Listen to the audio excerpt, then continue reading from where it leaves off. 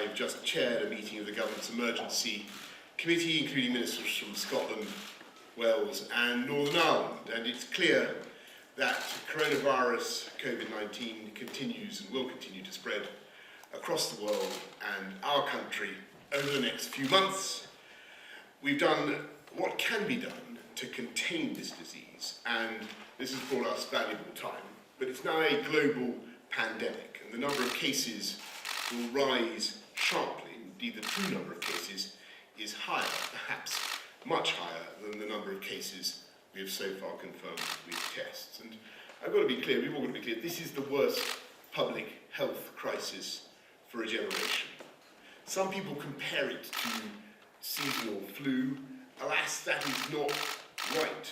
Owing to the lack of immunity, this disease is more dangerous, and it's going to spread further. And I must level with you, level with the British public. More families, many more families, are going to lose loved ones before their time. And the Chief Scientific Advisor will set out the best information we have on that in a moment. But as we've said over the last few weeks, we have a clear plan that we are now working through. And we're now getting on to the next phase in that plan, because this is now not just an attempt to contain the disease as far as possible, but to delay its spread and thereby minimise the suffering. If we delay the peak even by a few weeks, then our NHS will be in a stronger state as the weather improves and fewer people suffer from normal respiratory diseases, more beds are available, and we'll have more time for medical research. We can also act to stretch the peak of the disease over a longer period so that our society is better able to cope. The Chief Medical Officer will set out our lines of defence. We have to deploy these at the right time to maximise their effect. The most important task will be to protect our elderly and most vulnerable people during the peak weeks when there is the maximum risk of exposure to the disease and when the NHS will be under the most pressure. So the most dangerous period is not now, but some weeks away, depending on how fast it spreads. Today, therefore, we're moving forward with our plan.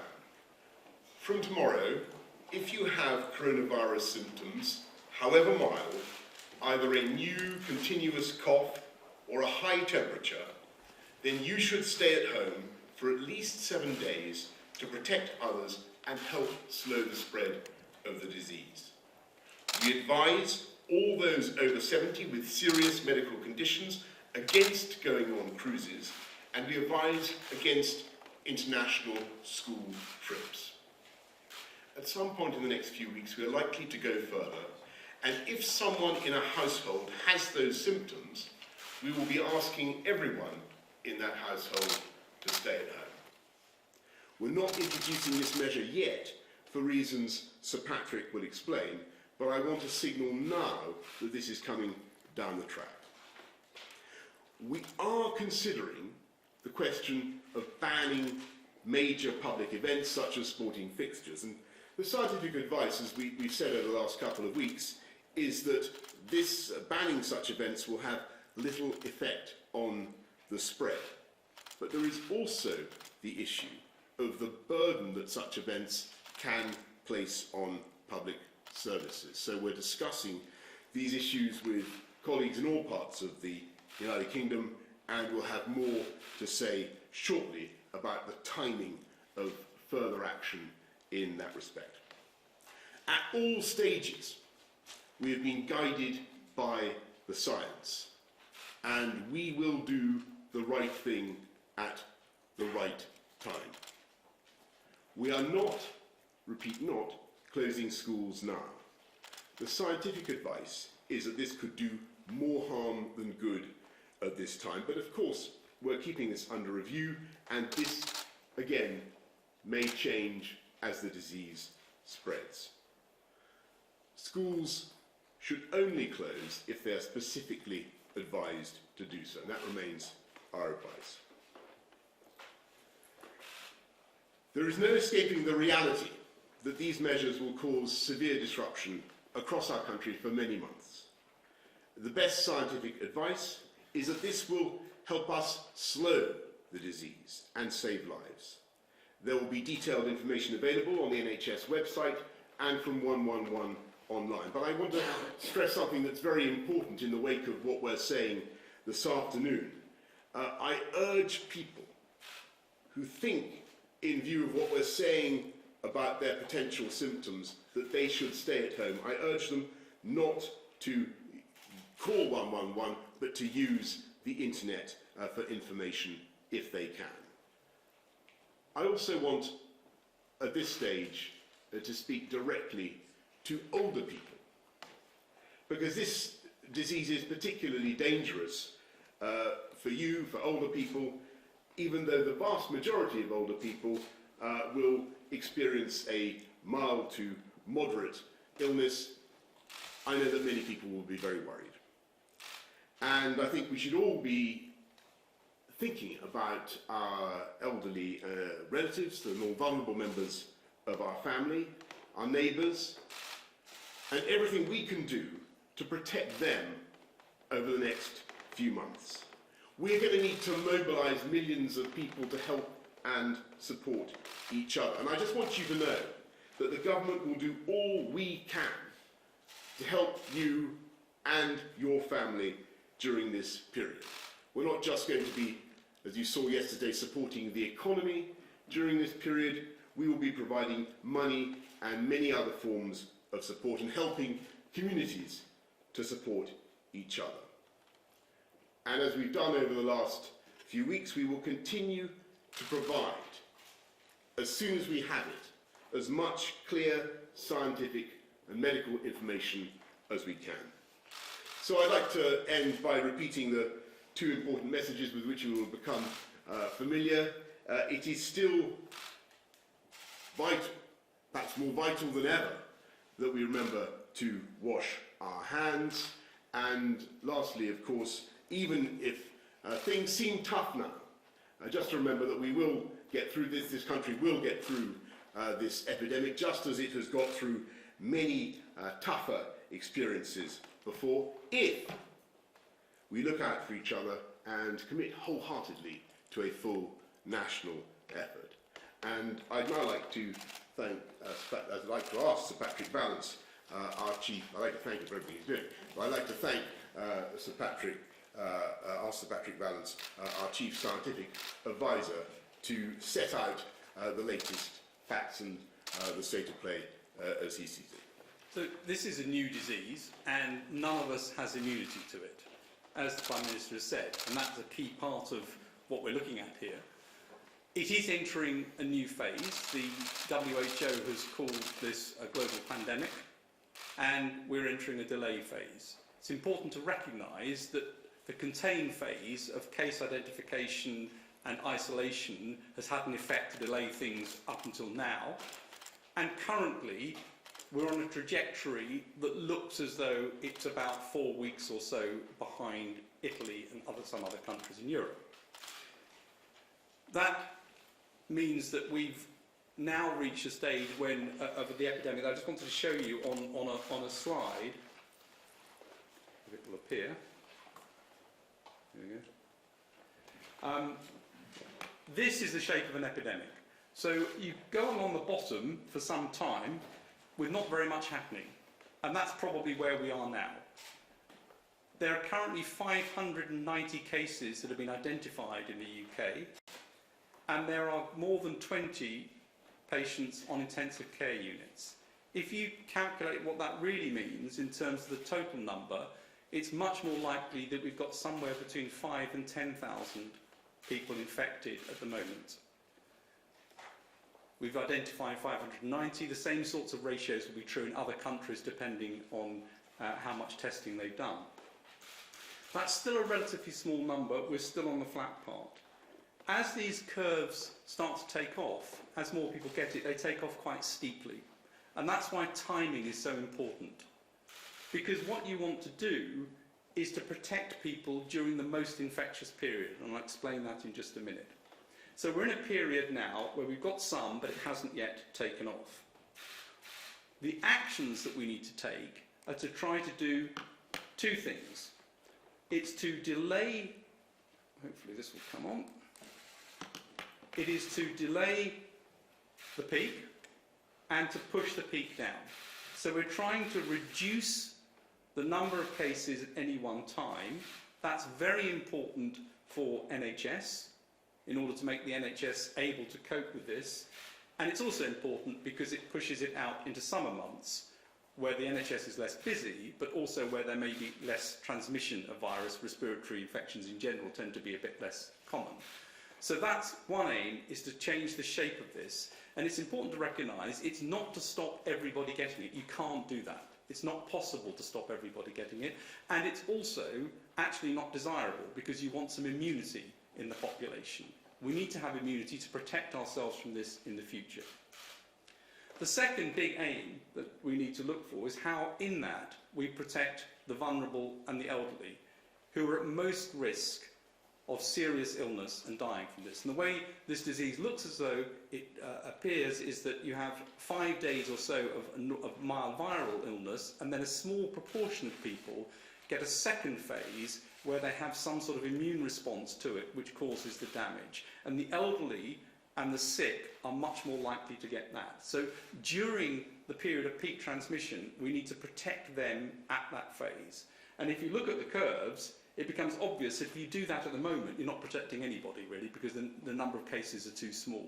If you do it at the right time, then you're protecting them over the peak, and you're not asking them to be in isolation for too long. Similarly, with the idea of households going into complete isolation, that comes a bit later, when you've got some more cases coming up. At the moment, if you asked households to completely isolate if one person was ill, most people would not have coronavirus. You may have to do the whole thing all over again. And what happens then is the effect of that wanes, because people get fed up with doing this and you end up with not being able to do it time and time again. So the timing is critical, and that's true across all of the interventions we've looked at. That's why this is a package of things that need to happen at the right time and in the right phrasing. In terms of mass gatherings and schools, it's true that there's some effect in closing schools, but that effect is minimal, and actually you'd have to do it for 13 to 16 weeks or longer, and you don't need to be a very advanced mathematician to work out that the chances of keeping children not speaking to each other or playing with each other over 13 to 16 weeks is 0, and therefore you have to be very careful to make sure you take the right measures that will stop this, rather than things which might end up with children, for example, going to stay with grandparents at a time when they might be most vulnerable. So the idea is to do things at the right time, not to end up with measures stopping during the peak and exposing more people to illness. And I'll hand over to Chief Medical Officer to explain in more detail the measures that are being proposed. So I'll just amplify just a few of the points that have just been made. First of all, we are clearly now stopping the contain phase of this operation that we've always said from the beginning. There were 4 stages to this: contain, delay, research and mitigate, and the contain finishes from today. Fantastic work has been done by my colleagues in the NHS and in public health across all 4 nations, and as a result of that, finding the early cases they were reported, isolating them with the consent of the people involved, for which we are very grateful, and following the chains of transmission, that has helped to slow down the seeding of this virus and has pushed it out in time. So the delay has already begun as a result of the work of our colleagues and the public spiritedness of people who came forward for testing. But now we move on to the next phase, and I think that's made very clear by the fact that the World Health Organization yesterday declared this as a global pandemic, and today the 4 UK CMOs agree that we should raise the risks to the UK, all 4 nations, too high. Now, in terms of what can people do to make sure that we have the smallest impact from this epidemic that is possible, and we need to do the right things at the right time. And just to add one point to the reasons that Sir Patrick has just given, if people go too early, they become very fatigued. This is going to be a long haul. It is very important we do not start things in advance of need. There are several things we will need to do in due course, which it is not appropriate to do at this stage. I'll come on to one of them at the end. Now, the things we can do now, we cannot emphasise too much the point about washing hands. That is actually an incredibly powerful public health intervention. But the new things from today are to ask anybody who has a cough that is continuous and new, or a temperature, for those who choose to measure their temperature, 37.8. Some people will do it just based on the fact that they have a temperature in terms of feeling. We wish those people to stay at home for 7 days. Now, the reason for this, and I wanted to be clear about this, because we are asking people to do something which will interfere with their lives and interfere with their work and their social life in quite a significant way. So it's important people understand why this is going to help the national effort to combat this virus. The first thing is that it helps to protect older and more vulnerable people who they might come directly or indirectly into contact with.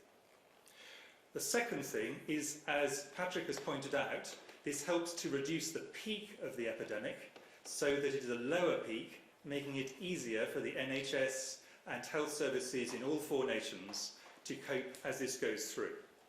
The third thing is that it can lead to increased delay, pushing it further into the area where the NHS is under less pressure and giving us more time to get our countermeasures as optimal as possible. I finally just wanted to make a point about why it's 7 days. The virus seems to have its maximum transmission around the time of the first symptoms and for 2 or 3 days afterwards, and then rapidly declines, so that by 7 days, the great majority of people are not infectious, and it is fine for them to go back into society. Now, you may ask, why are we asking people with minor symptoms to do this? And the answer is the evidence would appear to be that some people with really quite mild symptoms can spread this virus to a lot of people. So people with minor symptoms should stay at home for 7 days.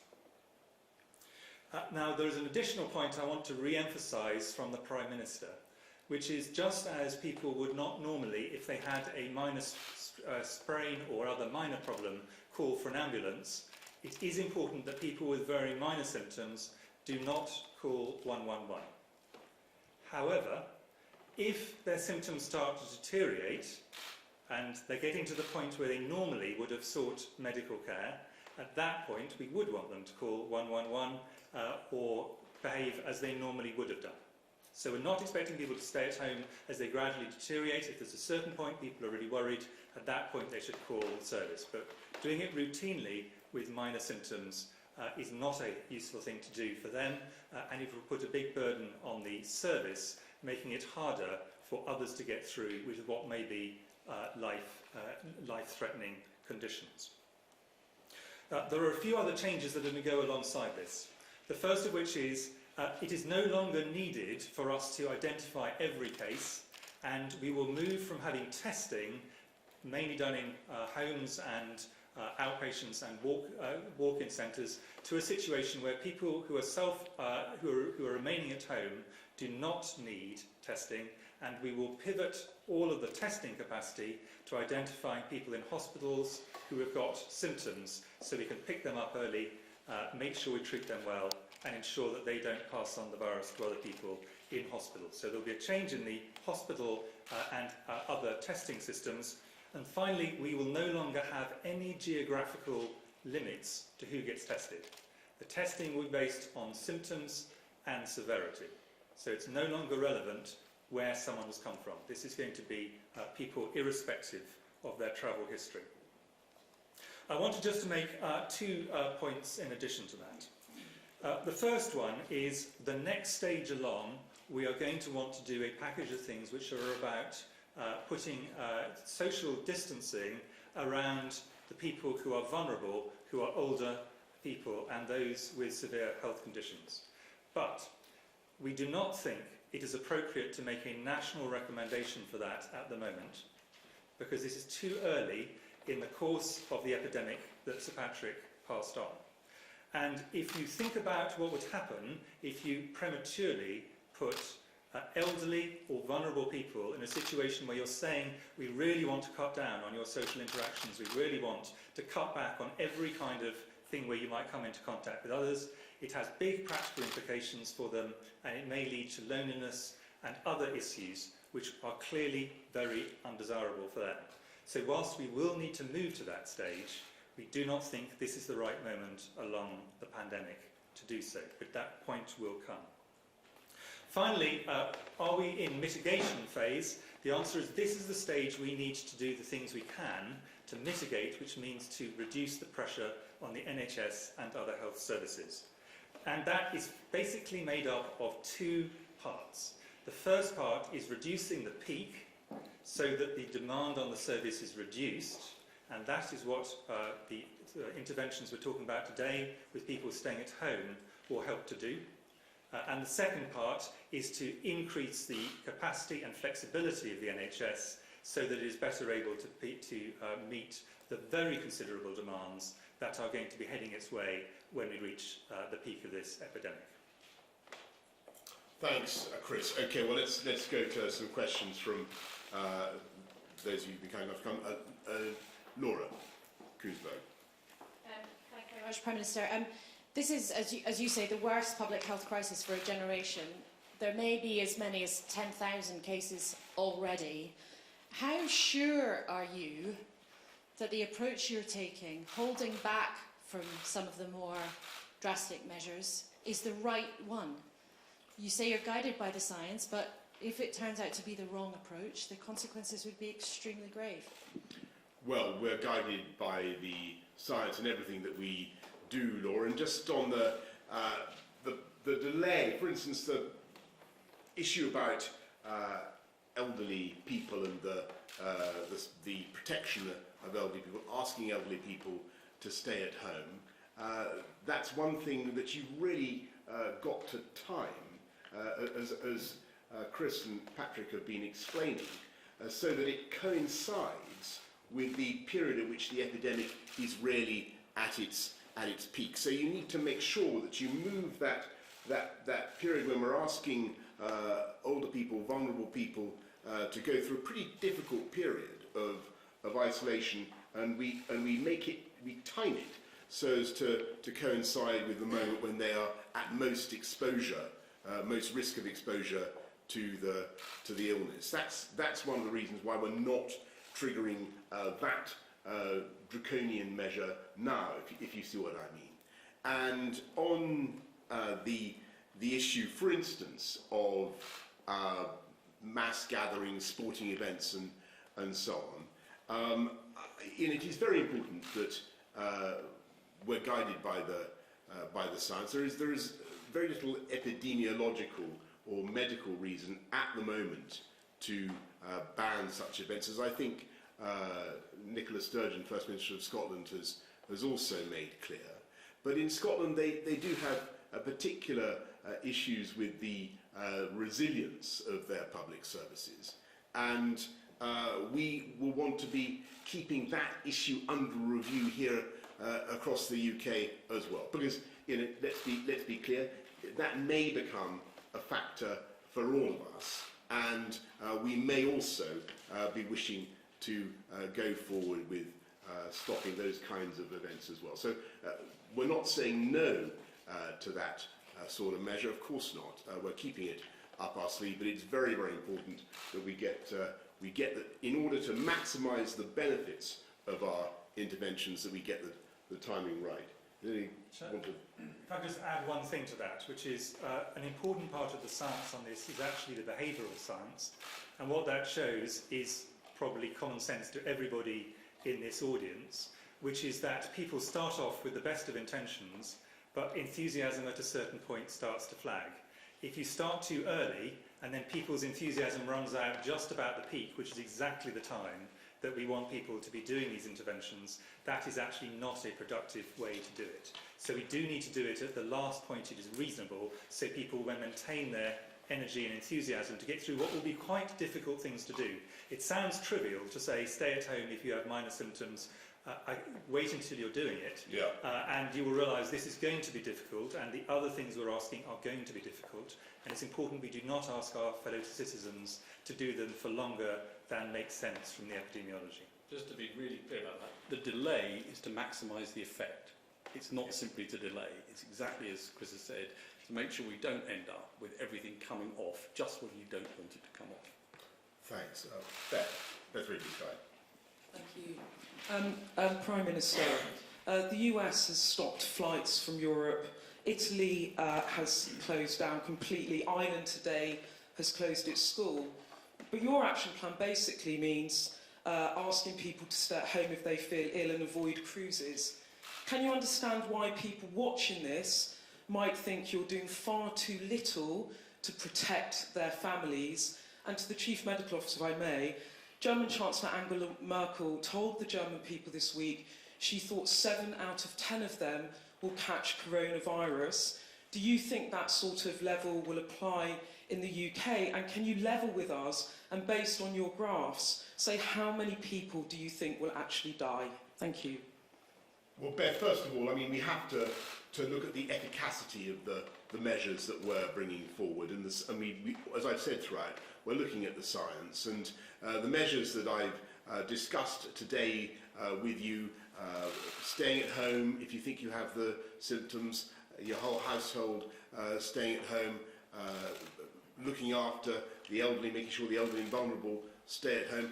These are the 3 most powerful defensive lines, and I'll ask Patrick to say a bit about the percentages that these measures will be able, I think, according to our scientific advice, to reduce the peak. We think it's very important to maintain public trust and confidence in what we're doing throughout this challenging time, always to be guided by the best possible scientific advice. Patrick. So the modelling predicts that you get about a 20 to 25% reduction in peak with getting people to stay at home for 7 days if they've got mild symptoms. You'd get something like a 25% reduction if you went to the whole household isolation, and those are additive, so you'd expect to get up towards 50 plus. And then looking after the elderly in terms of preventing them from getting infected, that's not so much about stopping or reducing the transmission in society, that's about them not getting it. That has a bigger effect on death, where you'd expect about 20 to 30% reduction in death rate. So those are the 3 most important measures to take. It doesn't mean other things don't have additional effects as well, but those are the ones which have the biggest effect, and therefore they need to come in first.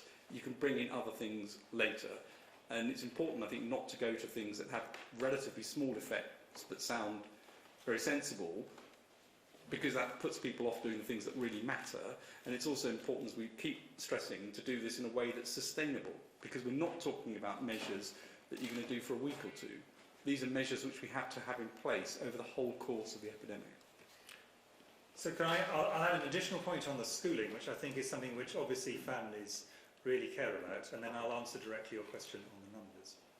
On schooling, the additional points, in addition to the modelling, so one reason to close schools is it's going to have a big impact on the epidemics. Patrick has already covered that. A second reason is if children are particularly affected by a virus or some other infection.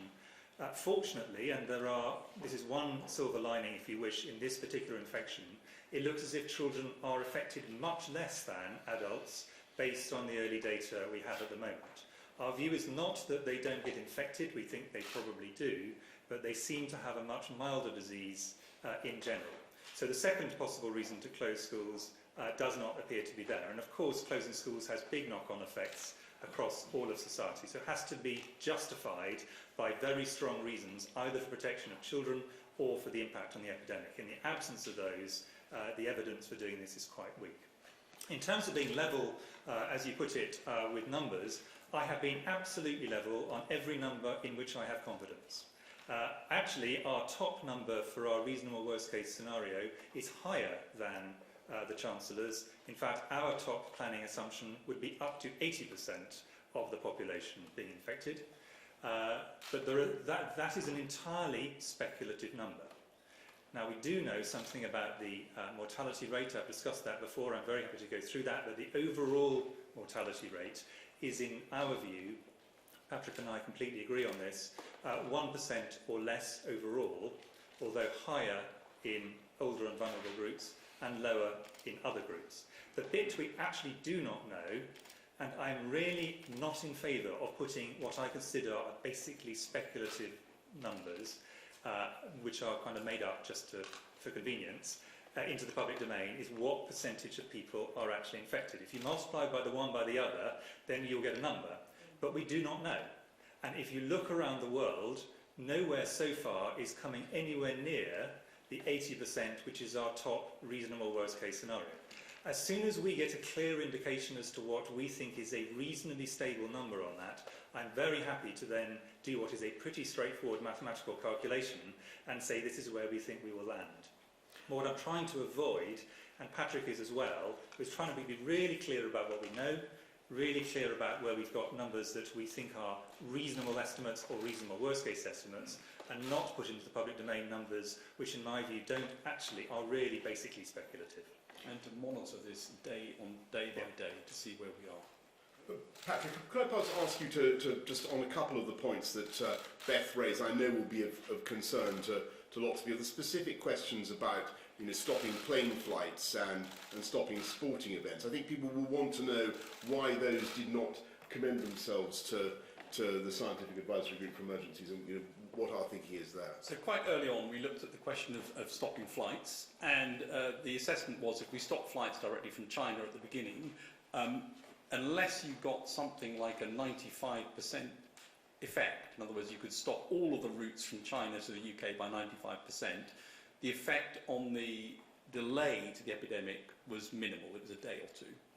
And more realistically, we could get at best probably 50% reduction. So that this really wasn't going to make a big difference. And I think the evidence has borne that out, actually, that you can't, in the way the world works, you cannot stop that unless everybody decides to do it all at once. And it's certainly too late now to be trying to do that. Sorry, I forgot what the second one was. The sporting event. Just one other thing on the planes, actually. The other thing is, of course, the screening measures on airports, as we know. I mean, it sort of sounded sensible, but we know that, for example, the first case in the US went through the screening measure, and that was the first person wasn't detected and then popped up. So these things sound great, but don't always work.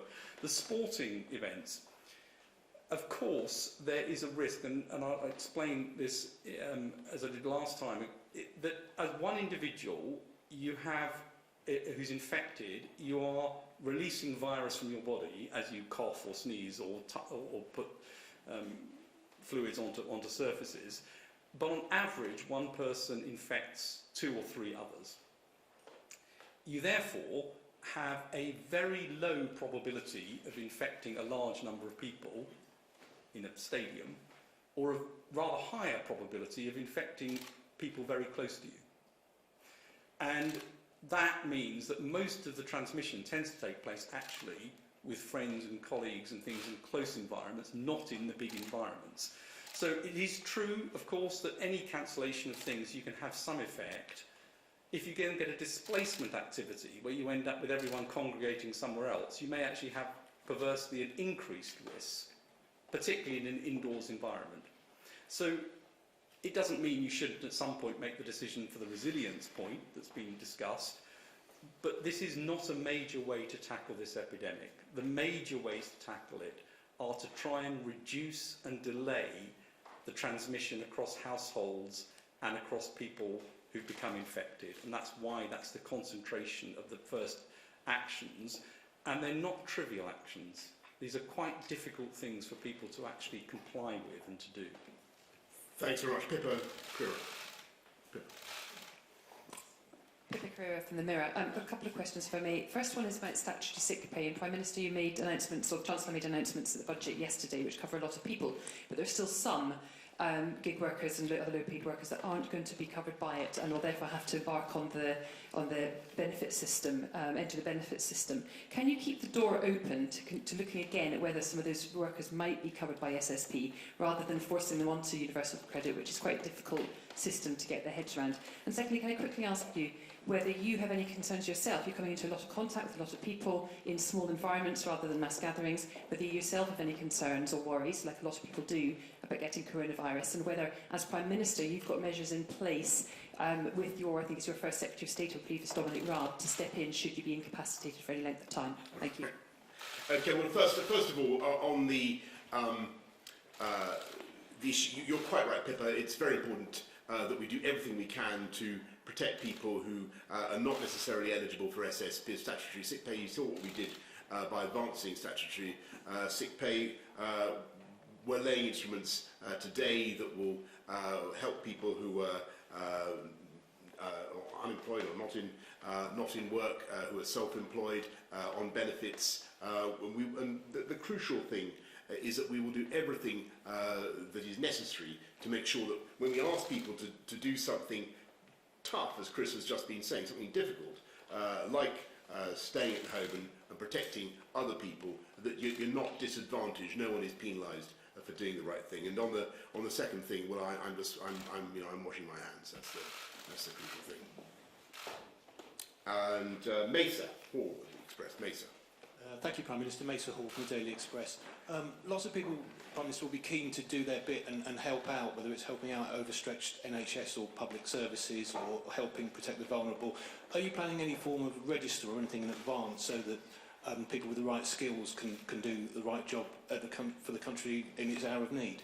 Indeed, Mesa, we are, and I know that Matt Hancock has set up a system so that people, for instance, wanting to come back into the NHS, people who have skills that could be of value to the country now, will have a way of doing that and of contributing. We certainly encourage people to think of doing that in the weeks ahead. Jason Groves, Daily Mail.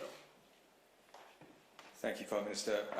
Just to follow up Mesa's point, you asked for people to mobilise to support each other through this crisis. I wonder what sorts of things you had in mind. And Sir Patrick, can I just pick you up on a point you made? You said we were roughly 4 weeks behind Italy.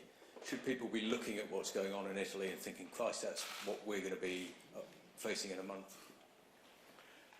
Thanks, Jason. Well, look, on what people should be doing, I think that's a really very important question, because in asking people to stay at home and look after themselves, clearly that's putting a burden and a necessity upon others, potentially to help them, to bring them food and support. So perhaps I'll ask Patrick and Chris to elaborate on this point, but we will certainly be hoping that people will think of their neighbours, think if they are aware that people are staying at home to protect the community from the spread of the virus. Let's think what we can do to help them.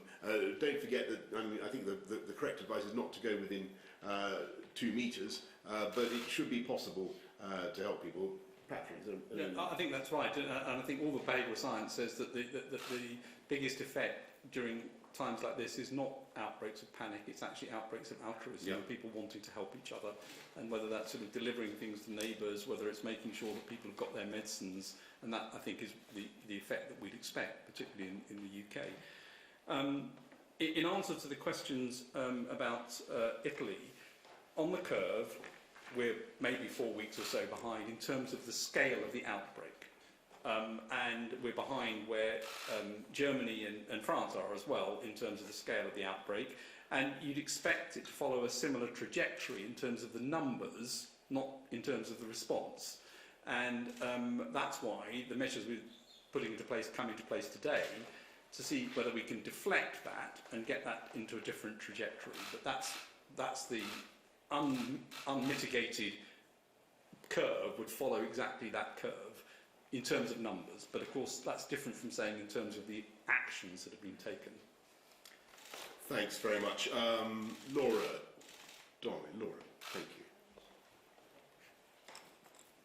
You've made it very clear that the sort of loud and clear message to the elderly is, at the moment, don't stay home, because pensioners they won't be able to stick it for sort of weeks and months on end. It's something you can only ask of people for a finite period. Is it possible to talk a bit about what the working assumptions are for when that period kicks in, and how long old people might be expected to try to stay home as much as possible? And how old is old? I would put that straight to the scientific advisor and maybe to Chris. Yes. So we think that the peak may be something like 10 to 14 weeks away. It could be a bit longer. And you would want to try to make sure that the elderly are protected during the peak area. About 95% of people would be predicted to get the infection over a 9-week or 10-week period either side of the peak. And about 50% would be infected about 3 or 4 weeks either side of the peak on the current evidence of how the epidemic looks. It may change as we put the measures in place. So that means that even to cover the peak, you're talking about trying to make sure that those sorts of measures are in place for 13, 14 weeks or so. Thank you. Shall I just add one more thing on that, which is, obviously, what we're giving is national recommendations. Individual people may have discussions with their own GP or specialist, if they're under specialist care, that said that this is something which is appropriate for them, even now. But what we will be doing is giving very clear and hopefully relatively detailed guidance for people when we get to the point we think across the country as a whole, this seems a sensible thing to do. Thank you. Last question, Elizabeth Piper. Hello, Prime Minister. Liz Piper from Reuters. I was just wondering if I could pose this question to all of you, really. I mean, how confident are we of the data, the international data, and how can we really know whether we understand the behaviour of this illness when we not necessarily have a chance to verify that data? And how does that affect how we plan to deal with this crisis? Well, I'm going to...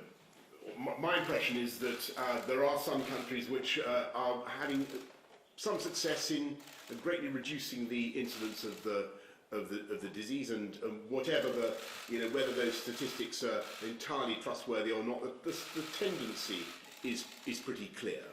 I think the issue is the one that was referred to earlier, which is that there may be measures that we could take which were of a very draconian and immediate nature that really did suppress drastically the contact between human beings in this country, but might mean that the delay, the disease simply came back, surged back again in a few months or in a few months' time in a way that we weren't properly protected for. But yeah, I think that there are certain things we are very confident of, like the mortality rates, which we now, initially we were uncertain of. There are also things we do not know, and the most important of those is how many people get this infection without any symptoms. And the reason we don't know that is we do not have a test that can tell us that. And depending on the answer to that question, this pandemic looks very different. So those are kind of things we definitely know, things we don't know at all, like that, and some things between where we've got a reasonably good estimate based on data from elsewhere, but it's improving all the time. And one of the reasons why delay helps us, it's not the main reason, is that our understanding of this virus improves week on week, and we're narrowing down on what we know about it. That's exactly what I would have said.